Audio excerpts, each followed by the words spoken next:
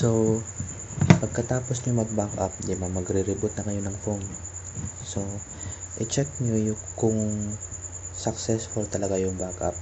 So, para ma-check, punta kayo sa file manager at hanapin nyo yung folder na Clockwork Mod. Ayan, yan.